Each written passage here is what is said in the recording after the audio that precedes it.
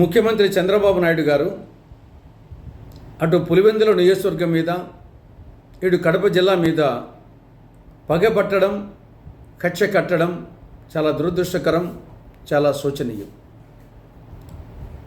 పులివెందుల ప్రభుత్వ వైద్య కళాశాలను ప్రారంభించకపోవడమే ఇందుకు నిదర్శనం. గత ప్రభుత్వ పాలనలోనే పులివెందుల ప్రభుత్వ వైద్య కళాశాల మంజూరైంది. దాదాపు 100 కోట్ల రూపాయలు విలువ చేసే 47 ఎకరాల 58 సెంట్ల భూమిని సేకరించడం జరిగింది ప్రభుత్వం. ఆ భవనాల మీద 412 కోట్ల రూపాయలు ఖర్చు చేయడం జరిగింది.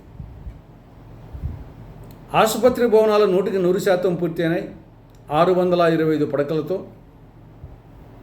పాత ఆసుపత్రి నుండి కొత్త ఆసుపత్రికి బదిలీ చేయడం కూడా జరిగింది, షిఫ్ట్ చేయడం కూడా జరిగింది. ఇక నర్సింగ్ కాలేజీకి సంబంధించి భవనాలు 100% పూర్తయినాయి. మెడికల్ కళాశాలకు సంబంధించి భవనాలు 170% పూర్తయినాయి. మిగతా హాస్టల్స్, మిగతా ఇన్ఫ్రాస్ట్రక్చర్కి సంబంధించి 60% పూర్తయినాయి. స్టాఫ్కు సంబంధించి ప్రిన్సిపల్ పోస్టు మంజూరు చేయడం జరిగింది, అపాయింట్ చేయడం జరిగింది. సూపరింటెండెంట్ పోస్టు, హెచ్ఓడి పోస్టులు, 60 మంది డాక్టర్లు, 70 మంది సిస్టర్స్, నర్సెస్, 130 మంది పారామెడికల్ సిబ్బందిని నియమించడం జరిగింది.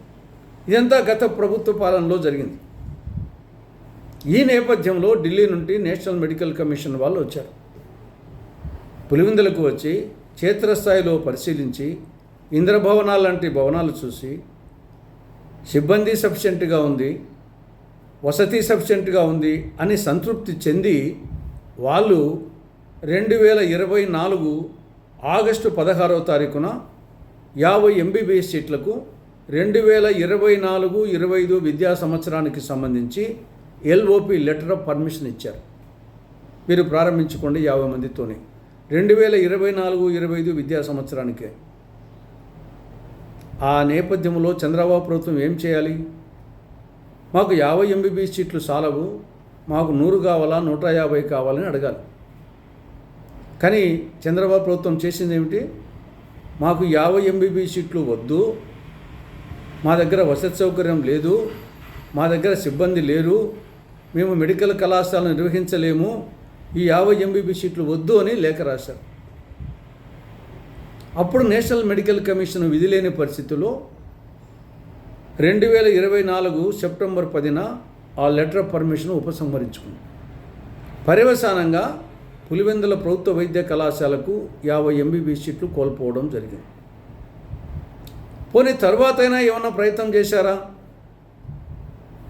అసంపూర్తి పనులు ఏమన్నా పూర్తి చేసి, సిబ్బంది ఏమన్నా తక్కువ ఉంటే ఫిలప్ చేసి తర్వాత ప్రయత్నం చేశారా?